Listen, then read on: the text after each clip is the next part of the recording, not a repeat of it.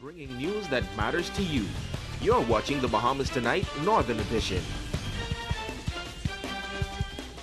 Welcome back. The government is one step closer to implementing a national certification program designed to reserve jobs in the hotel sector for Bahamians. The national training program is projected to provide the training needed to secure employment. Natalie Martinborough reports.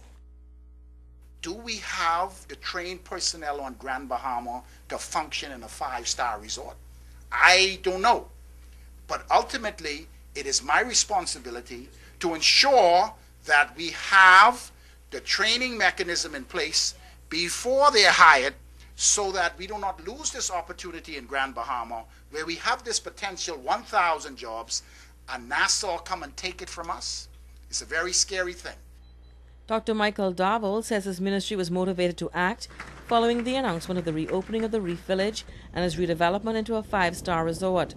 He says the government is currently fine-tuning a training program to prepare Bahamians for jobs to become available at that resort property. Programs will begin to do the necessary training, like in housekeeping, front desk clerks, food and beverage, waiters, and all of these people will come through the program, vetted for criminal activities and drug addiction or whatever, and ultimately come out with a certificate in their hand where we can now say to the employer that we have these pools of individuals who have gone through this program. But the minister says educators must embrace the program if it is to be a success. He then invited local teachers to offer their services and ensure that the national training program achieves its objectives. We will be looking for individuals with the ability to train, and we would like for you to partner with us for a course. We want teachers who are expressing interest to come forward and to contribute, of course, for a course, so that we can now have the necessary training professionals that I believe are located on the island in order for us to accomplish this important task. A similar program is earmarked for the industrial sector. Natalie Martinborough, ZNS Network News. Well, there is also an agricultural component to the national training program. The hands-on initiative to be launched on Grand Bahama will target adults. Minister for Grand Bahama, Dr. Michael Darville, says the government is serious about this renewed thrust in agriculture. Persons who complete the training will be eligible for a grant of Crown land in East End.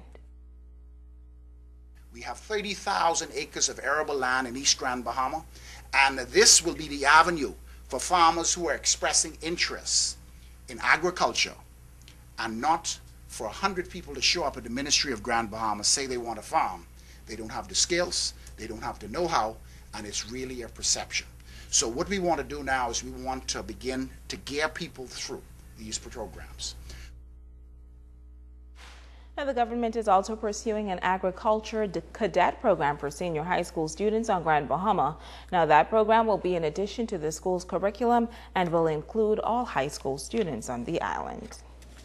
And it's a big night for the membership of the Bahamas Union of Teachers. This evening at 8 at the Bahamas Public Services Union Hall, the two presidential candidates will face off in the first presidential debate to take place in the labor movement.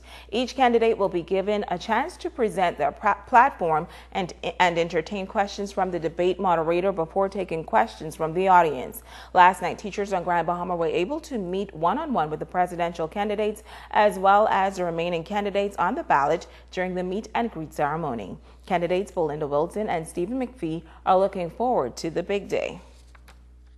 A lot of times you work all day until late in the night and you feel like, okay, I'm by myself. But going out on the campaign trail, I must say that I am encouraged. I am optimistically confident, and I look forward to serving the members for another 3 years. We would like to say to all the members, some 3,700 plus across the Bahamas, that Stephen McPhee and Restoration Alliance present to you a platform and a plan for the organization for the next 3 years, and we ask and encourage all members to go out and vote. The great debate kicks off at 8 at the BPSU Hall. The 4,000 teachers will go to the polls on June 11th. The Alumni Association of Bishop Michael Eldon, formerly known as Freeport Anglican High, is preparing for its 50th anniversary in just 2 years. According to President David Wallace, students from 1965 to the present will be a part of the celebrations to commemorate the milestone. They are also planning a union cruise that will serve as a fundraiser.